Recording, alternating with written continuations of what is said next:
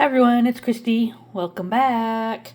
We're doing Frugal February, where we're looking at 28 different household items you can use in your junk journal and other crafting endeavors. This is our pink journal for the month of February. But today we're going to talk about, ta-da, I bet you have a tin, something like this. Might be a candy or cookie tin or something. I bet you have somewhere where you have a stash of buttons. Like, does every house not have a stash of buttons somewhere? So I thought we would see what we could do with buttons today. And I have already pulled out a few that we can work with, because I didn't want to spend time on the video just digging through my pile of buttons. Let's get started with, we're going to do some gluing. And so I grabbed several things ahead of time. Now, the other day, we did a video where I made some clusters. These were things torn out of magazines. So this is just glossy magazine paper. And I just found some pink ones, stapled them together, this blue piece was covering up a staple. And now I thought I would take them up a little further and add a button here. So let's do it.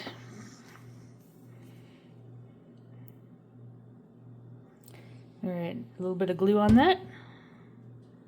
Doesn't take much. Let's see, I think, which way do I want the holes? It doesn't really matter a whole lot, but I'm going to turn them this way, because I already know what I'm going to do with this. Okay, see? Ta-da! Now, if you watched, we made this little paper bag, and we rubbed a couple stamp pads over it to give it was all crinkly, and we give it some nice color on top of the texture. But I thought we'd decorate this up a little bit more and put this embellishment right on top of that, so that we have kind of a fancy, I keep wanting to call it a pocket, but it's like a paper bag. All right. So I was off camera there, sorry, but I was just putting some glue on the back of that, and I'm going to just smack it down. Pretty good, pretty good. Just applying a little bit of pressure for a couple seconds to make sure it grabs. All right. And like I said before, this is a little paper bag now. We can stick some goodies in there. Oop. Go in there, come on. Ta-da! And just simple as that, we have a decorated bag with a button on it. Now, another thing you can do, I have some of these digital images that I've printed because I liked the pink balloons for the pink journal. And I thought, well, why not just put a little button at the top of there? And so let's do that. A little dab of glue on the button. Okay.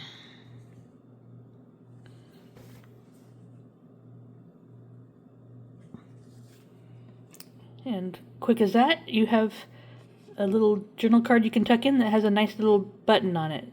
Kind of like just a different way to have a topper. You might, otherwise have a ribbon or something at the top. But a button, it makes a perfectly nice embellishment. And if you wanted to amp it up a little farther, you could even put a small piece of ribbon or fabric underneath there, or maybe even just some loose thread underneath it.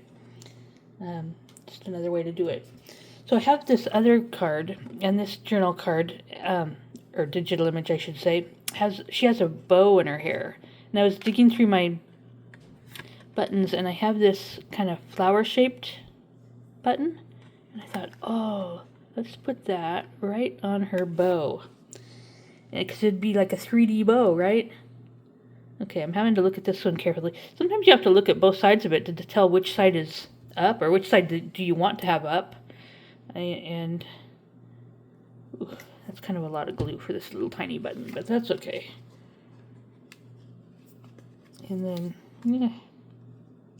just gonna try to place that where I want it on the bow. And just like that, she has a 3D embellishment in her hair. Lovely, huh? What else can we do? This is another little cluster we made. Just some torn dyed paper cut-offs. Just it was paper strips that I had cut off from trimming my pages down. So they're got some pink watercolor and some tea dyed paper, and then a pink cutout just from a butterfly cutout I have. So I thought, okay, let's just put a button in the middle of the butterfly like that.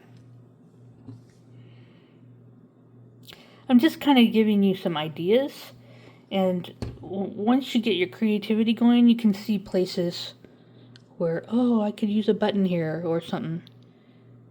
And maybe you want to just have a session where you just try to use up a whole bunch of buttons on a whole bunch of different things, or maybe you just, like, as you are making a particular project, you'll be like, oh, a button would be perfect here.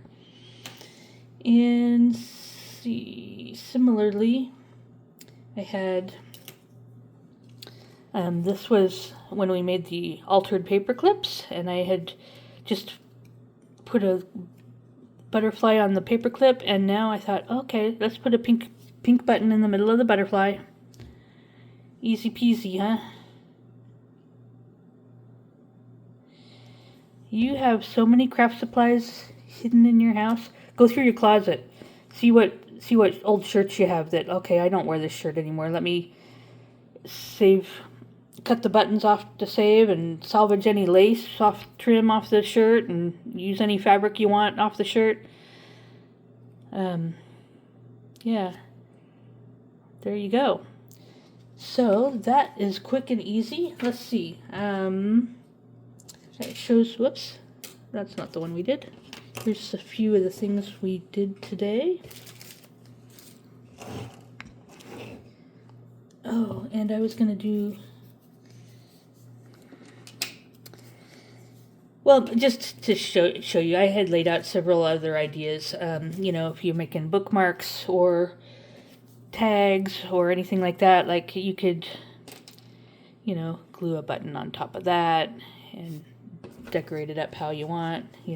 Same thing here. It's just instead of using like a ribbon or something at the top, you could just slap a button on there and call it done. Just wanted to show you that. Another thing you can do is, I kind of mentioned this, but amp something up by putting a piece of thread underneath your button and gluing that. So that, those are just some ideas, tags, and other journal cards, all kinds of things you can use to just whatever you're making. You can think about, would this be a good place to use a button? And easy as that, you have some fancy looking embellishments with stuff you already have in your own home. Okay? So thanks for watching. I appreciate you taking the time to spend a little time with me. God bless you. I love you, and I'll see you in the next video. Bye.